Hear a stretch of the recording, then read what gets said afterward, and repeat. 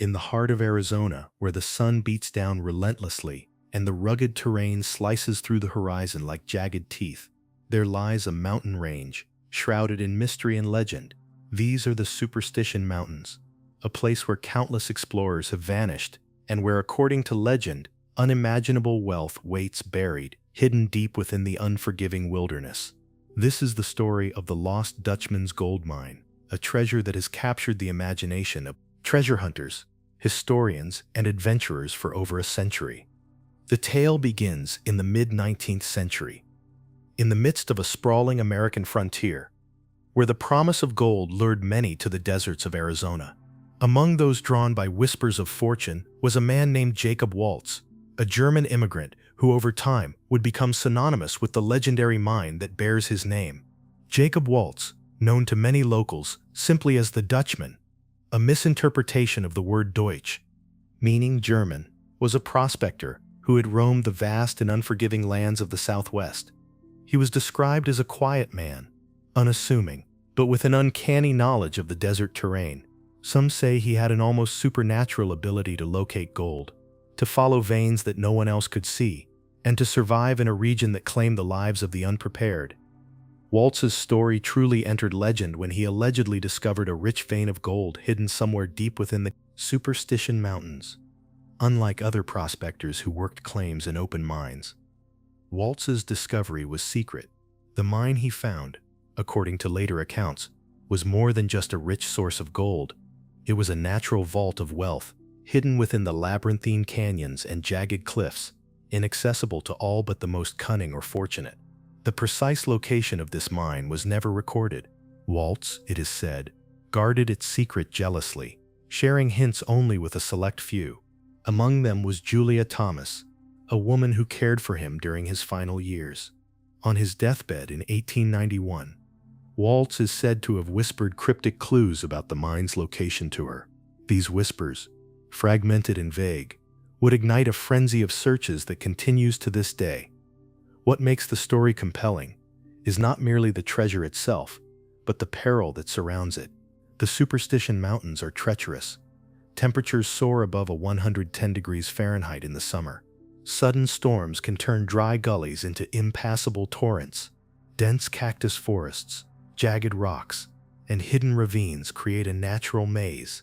It is a landscape that punishes the unwary and tests the determination of even the most seasoned explorers.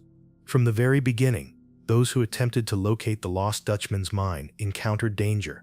Some returned with nothing but tales of near-death experiences. Others disappeared entirely, swallowed by the harsh terrain. Over time, these disappearances contributed to the mythos of the mine, giving rise to tales of curses, hauntings, and supernatural guardians. Yet, historical records provide a more grounded, though equally fascinating account of the mine's discovery. Jacob Waltz was indeed a real man, living in Arizona during a period of great change. The Arizona Territory was a frontier of lawlessness and opportunity. Mining claims were often disputed, and fortune hunters from across the world descended on the region, hoping to strike it rich. Waltz, however, never filed a formal claim on the mine. Whether out of secrecy, superstition, or sheer caution, he kept his discovery hidden until his death. Accounts from neighbors, friends, and Julia Thomas suggest that Waltz did accumulate wealth, though he never revealed how or where he acquired it. Some contemporaries noted that he had a modest house filled with gold and silver, more than a typical prospector could amass in a lifetime.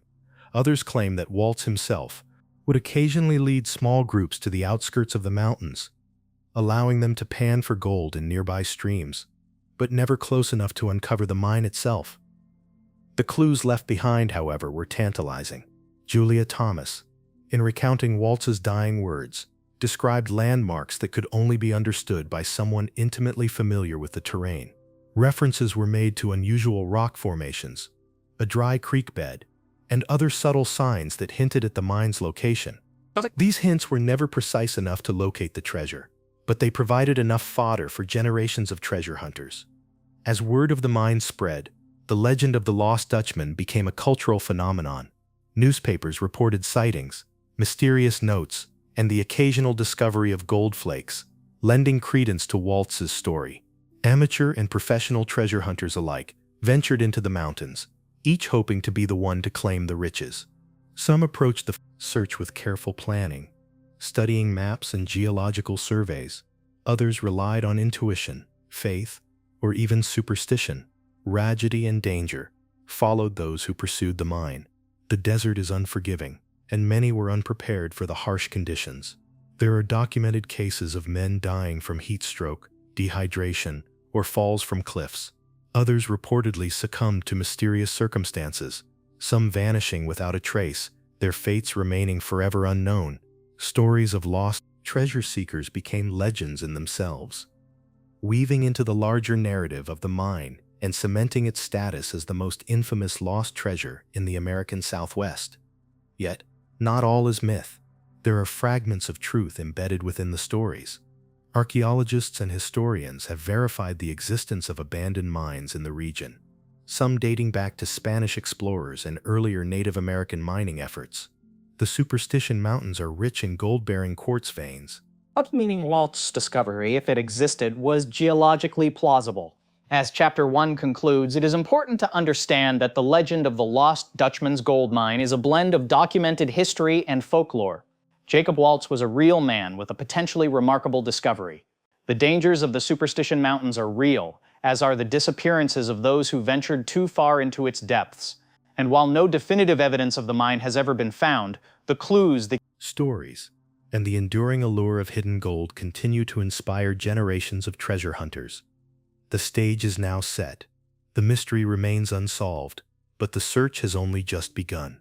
In the next chapter, we will examine the clues, maps, and landmarks that have guided explorers for over a century, revealing both the ingenuity of Jacob Waltz and the perilous trials faced by those who dared follow.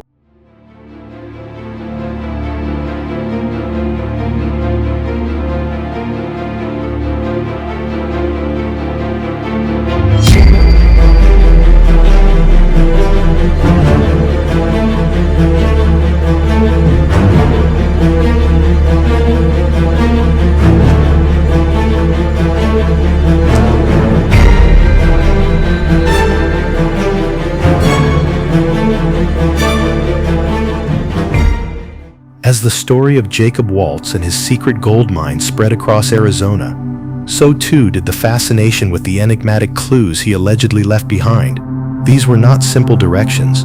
They were riddles, coded in the language of the rugged terrain, whispered to Julia Thomas in the quiet moments of Waltz's final days. Each phrase, each landmark, became a thread in a tapestry of mystery, guiding generations of treasure hunters toward a prize that seemed always just out of reach. The first question many ask is this: was there ever a map? Historical records suggest that Waltz may have sketched crude outlines of the area surrounding the mine, marking familiar rock formations, unusual trees, and the course of a dry creek bed. Yet these sketches, if they ever existed, have never surfaced in public records. Instead, what remains are the stories passed down by those who claim to have received Waltz's directions. Stories that are often contradictory, confusing, and, in many cases, tantalizingly incomplete. Among the most enduring and widely cited elements of the legend are the Peralta Mountains and the Peralta family connection. According to lore, Waltz's gold was not his alone to discover. The Peraltas, a prominent Mexican family in the 18th and 19th centuries, had reportedly operated mines in the Superstition Mountains long before Waltz arrived in Arizona. Some accounts suggest that the Peraltas had discovered rich veins of gold and silver. Extracted the Peraltas had discovered rich veins of gold and silver. Precious metal, and concealed their wealth in secret caches throughout the rugged canyons. The Peralta legend adds layers of complexity to the lost Dutchman story. Some believe that Waltz stumbled upon one of the Peralta's hidden mines. Others suggest that he may have been given knowledge of the mine by descendants of the family. Regardless of the exact connection, references to the Peralta family appear in numerous accounts of the mine's history, serving as both a tantalizing clue, a warning. These were lands already marked by danger, secrecy, and a legacy of vanished miners. Clues allegedly left by Waltz often involved natural landmarks. For instance, One recurring reference is to Weaver's Needle, a towering spire of rock that rises dramatically from the desert floor. Many treasure hunters consider it the mine's central landmark, a point from which directions radiate like spokes on a wheel. Other references included unusual rock formations resembling crosses or pillars, unique arrangements of boulders, and dry creek beds that led into hidden valleys. Waltz's clues were never straightforward. One famous account suggests he said, "From the needle, count the steps of the sun to the shadow of the rocks at dawn." Such riddles are poetic and evocative, but to the modern explorer, they are cryptic at best, impossible at worst. The desert itself changes. Rocks erode, trees die, and landmarks shift. Even the most careful observer can be misled, finding a formation that appears familiar but leads to nowhere. Despite the confusion, the clues inspired some of the earliest organized searches in the late 19th and early 20th centuries. These expeditions often began near the town of Apache Junction, a small settlement at the foothills of the Superstition Mountains. Prospectors, adventurers, and even opportunists, eager for fame, ventured into the wilderness, armed with picks, shovels, and crude maps copied from local legends. Some of these early explorers recorded their experiences, leaving accounts of narrow escapes, treacherous terrain, and fleeting glimpses of gold. One such prospector, John D. Ross, claimed in 1910 that he had located the mouth of a mine shaft, partially hidden by boulders. He reported finding gold dust and quartz veins, yet his discovery ended abruptly when flooding and rockfalls forced him to retreat. Ross's notes fueled further speculation. If he had been close, then perhaps the mine was only a day's journey away for the next determined explorer. The allure of Waltz's clues was not merely in the possibility of wealth, it was also in the challenge itself. Treasure hunting became a test of intelligence, patience, and courage. Those who interpreted the clues had to master the geography of the Superstition Mountains, understand the patterns of sunlight and shadow, and navigate the desert's harsh climate. Maps were often drawn and redrawn, each version slightly different, reflecting the interpretations of the individual cartographer.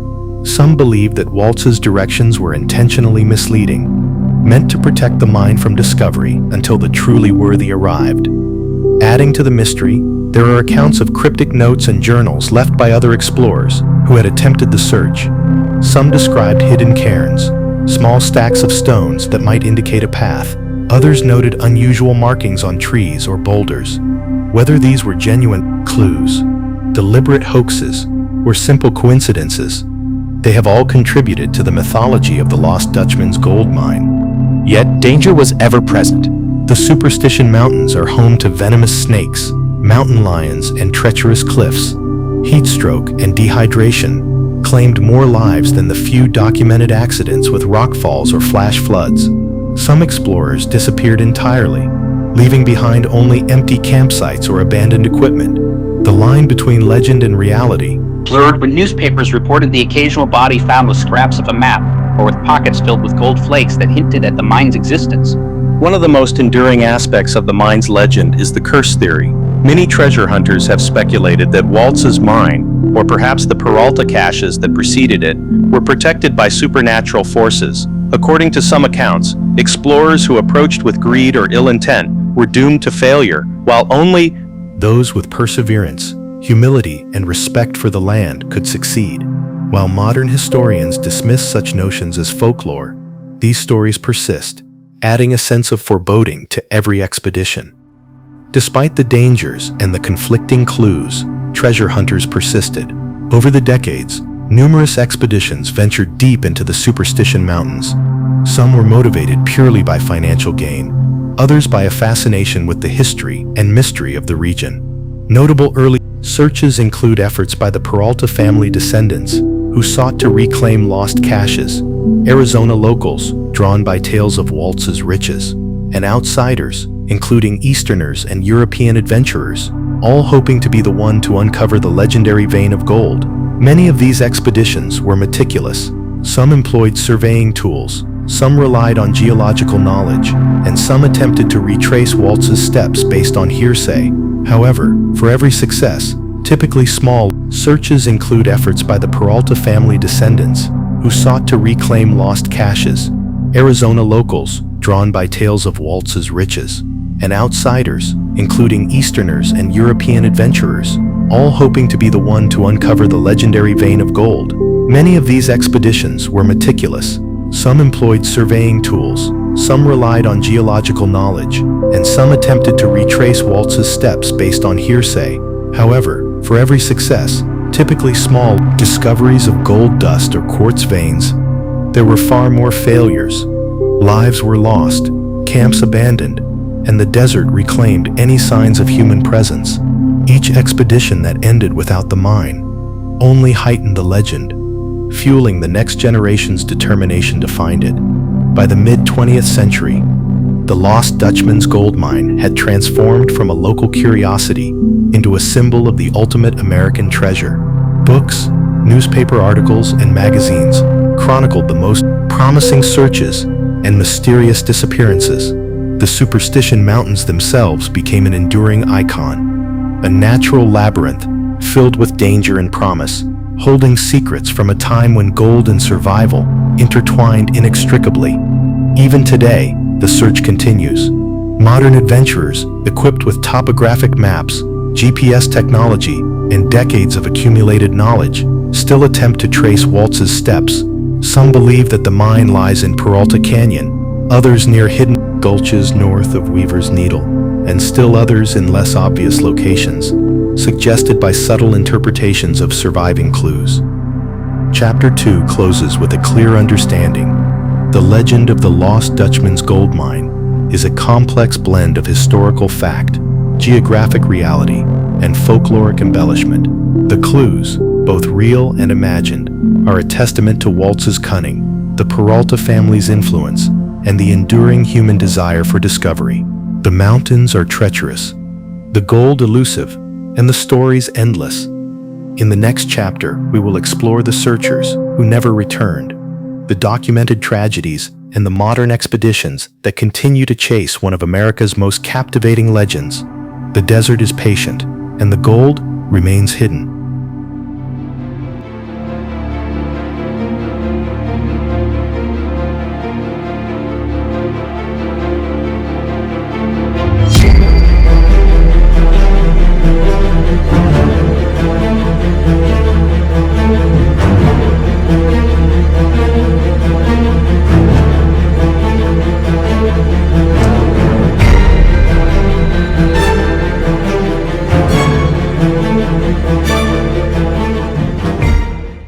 The legend of the lost Dutchman's gold mine is inseparable from the stories of those who sought it, men and women drawn by the promise of unimaginable wealth, who ventured into the harsh and unforgiving Superstition Mountains and never returned. For over a century, the search for Jacob Waltz's elusive mine has claimed lives, tested courage, and sparked some of the most mysterious disappearances in the American Southwest. The earliest known incidents occurred in the late 1800s, shortly after Waltz's death. According to reports from the town of Apache Junction and nearby settlements, small groups of prospectors would enter the mountains armed with picks, shovels, and rudimentary maps. Many returned, empty-handed, exhausted, or with unsettling tales of being lost in labyrinthine canyons. Others vanished completely, leaving families and friends with nothing but unanswered questions. One of the first widely recorded disappearances involved a man named Edgar Weber, a prospector from Phoenix. In 1895, Weber claimed to have deciphered some of Waltz's clues. He entered the mountains alone, determined to locate the mine. Weeks passed, and when he did not return, the search party was organized. They found Weber's campsite, meticulously organized, with food supplies still untouched, but he was gone. Only a small journal remained, containing cryptic notes referencing the shadow of the needle at dawn and the whispering canyon. Weber's fate remains a mystery to this day. Following Weber, numerous expeditions ended in tragedy. The rugged terrain itself was a formidable adversary. Steep cliffs, narrow ledges, and hidden drop-offs claimed more lives than the scorching sun. Summer temperatures in the Superstition Mountains can exceed 110 degrees Fahrenheit, while winter nights can drop below freezing. Explorers unprepared for such extremes often succumb to heat stroke, dehydration, or hypothermia. The dangers were not limited to nature. Human greed and competition sometimes proved just as lethal. In the early 1900s, several documented confrontations occurred among rival treasure hunters, each convinced they were closer to the prize than the other. Fights broke out over disputed claims, lost maps, and conflicting interpretations of Waltz's clues. On more than one occasion, these altercations ended in serious injury or death. The legend of the mine became intertwined with human desperation, as the promise of gold drove some to take extreme risks. Among the most famous disappearances is the case of the Peralta Party, a group of treasure hunters in the 1920s who claimed to have followed clues tied to the Peralta family legend. Accounts vary, but reports suggest the group entered a remote canyon, armed with picks and rudimentary maps. Days later, search parties found their camp abandoned. Tools were left behind, food untouched, and personal belongings scattered. The only hints were mysterious symbols etched into nearby rocks, perhaps meant as warnings, or perhaps misinterpreted entirely. To this day, the fate of the Peralta Party remains unsolved. These disappearances fueled speculation that the lost Dutchman's mine was cursed. Locals and treasure hunters alike whispered of strange phenomena, sudden sandstorms that disoriented explorers, wildlife behaving unnaturally, and unexplainable sounds echoing through the canyons at night. Some believed that the spirits of those who had perished guarding the mine now were protected it from the living. Others dismissed these tales as exaggerations, a byproduct of fear and isolation in the desert. Yet the stories persisted, passed down from one generation to the next. Despite these dangers, determined treasure hunters continued to enter the Superstition Mountains. In the 1930s and 1940s, technological advancements allowed for more ambitious expeditions. Prospectors used compasses, improved mapping techniques, and even early aerial surveys. Some reported finding small caches of gold flakes, quartz veins, or other indications that Waltz's mine might be real.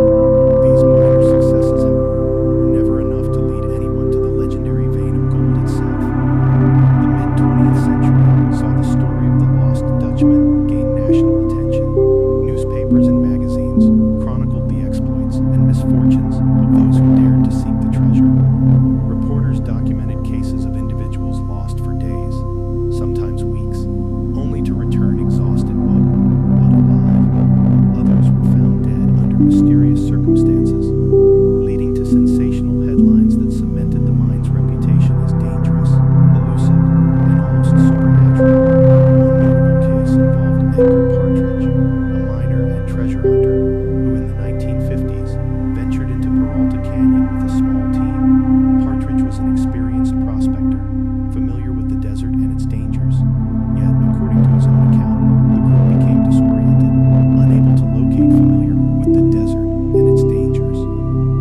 Yet, according to his own account, the group became disoriented, unable to locate familiar landmarks. Supplies dwindled, and one member suffered a fall that resulted in serious injury. Partridge later recounted that a strange series of rock formations seemed to shift or change as they navigated the canyon, a phenomenon he could not explain, but one that added to the legend's aura of mystery. The 1960s and 1970s introduced a new era of searches, combining traditional prospecting with modern mapping and scientific tools. Metal detectors, more detailed topographical maps, and geological surveys allowed treasure hunters to focus their efforts with greater precision. Yet even with these advantages, many expeditions ended in frustration or tragedy. Some explorers suffered from heat stroke, others became trapped in narrow ravines, and a few simply vanished without a trace. The mine's location remained hidden, protected either by nature, human cunning, or some combination of both. Over the decades, countless personal accounts emerged. Letters, journals, and oral histories describe explorers who experienced visions, unexplainable sounds, and eerie feelings of being watched. Whether these were psychological reactions to the harsh desert or genuine encounters with something beyond explanation, they only deepened the mystery surrounding the lost Dutchman's mine. Yet, amid the danger and speculation, there were moments of hope. Some treasure hunters claimed to have seen veins of gold glinting in the sun, or to have uncovered small caches left by Waltz himself.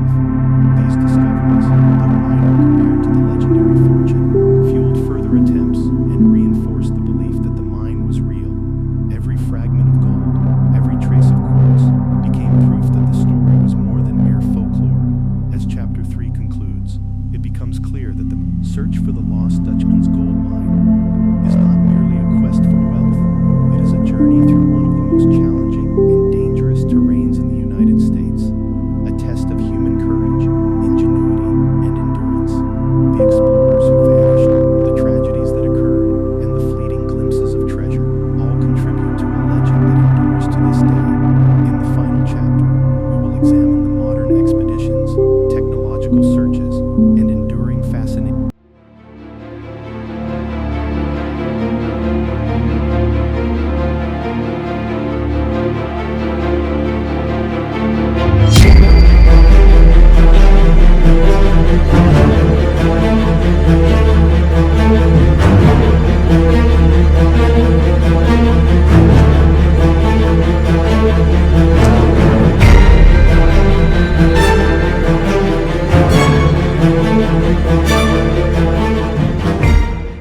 The legend of the lost Dutchman's gold mine has persisted for over a century, spanning generations of treasure hunters, historians, and curious adventurers. While early searches were constrained by rudimentary maps and basic tools, modern technology has transformed the ways explorers attempt to locate Jacob Waltz's elusive treasure. Yet despite these advancements, the mine remains undiscovered, continuing to fuel both fascination and frustration. The late 20th century brought with it a wave of modern treasure hunting techniques. Prospectors began using aerial photography to survey the rugged terrain, identifying possible mine entrances and natural landmarks from above.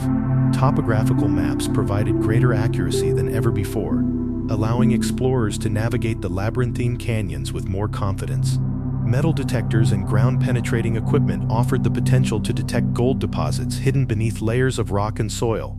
Despite these advancements, the Superstition Mountains continue to challenge even the most well-prepared explorers. Rock slides, flash floods, and extreme temperatures are ever-present hazards. Navigation remains difficult as landmarks change subtly over time. Even with GPS devices and satellite imagery, explorers can find themselves lost in the vast, rugged wilderness.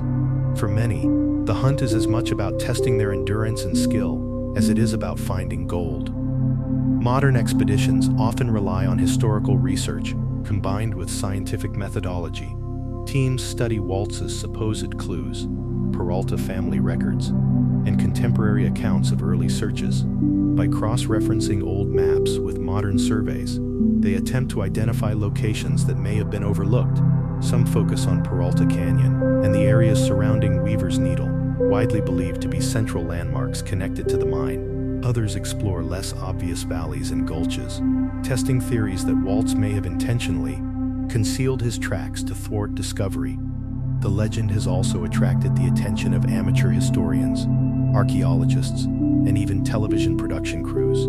Documentaries and investigative shows have chronicled searches, retraced Waltz's supposed steps, and interviewed local experts. These programs often explore the intersection of history, geology, and folklore, offering viewers a glimpse into the dangerous and thrilling world of treasure hunting in the Arizona desert. Some modern theorists argue that Waltz's gold was not a single large vein, but rather a series of smaller deposits scattered throughout the mountains. This would explain why searchers occasionally find flakes or nuggets, yet never the legendary fortune described in the stories. Others suggest that the mine may have been linked to earlier Spanish explorers, who extracted gold in secret and then concealed their findings, leaving behind a trail of clues that only a keen observer could follow. Despite the challenges and dangers, the lure of the lost Dutchman's mine is stronger than ever. Some explorers have dedicated their entire lives to the quest, treating it as both a personal and historical mission. Online forums, books, and treasure hunting clubs continue to exchange theories, share discoveries, and debate the mine's possible location. Every new account of a sighting, every fragment of gold, and every unusual rock formation is dissected and scrutinized for clues. In recent years, technology has introduced new possibilities. Drones equipped with high-resolution cameras can survey vast areas of the mountains quickly. LiDAR imaging, which uses lasers to detect subtle changes in terrain, has revealed previously unseen formations. Advanced metal detectors and geophysical instruments can scan deep beneath the surface, increasing the chances of locating hidden deposits.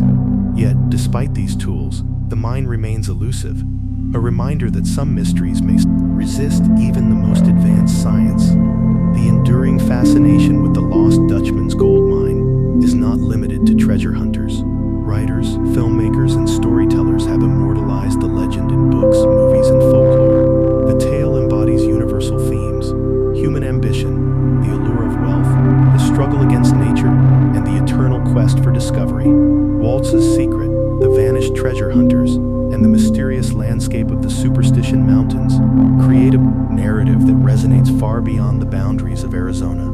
Interestingly, the legend continues to evolve. New theories emerge regularly, from cryptic interpretations of old clues to speculation about secret entrances, hidden tunnels, and lost caches.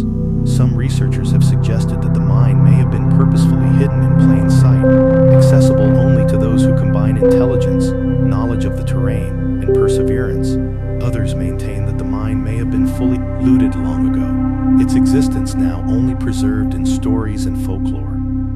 While some dismiss the legend as myth, the stories of explorers, both past and present, tell a different truth. People continue to risk their lives, facing extreme conditions and sometimes deadly circumstances, in the hope of finding Waltz's hidden gold. The mine is more than a treasure. It is a symbol of human determination, curiosity, and the enduring desire to uncover the unknown. One of the most remarkable aspects of the legend is its persistence. More than a century after Jacob Waltz's death, the story thrives.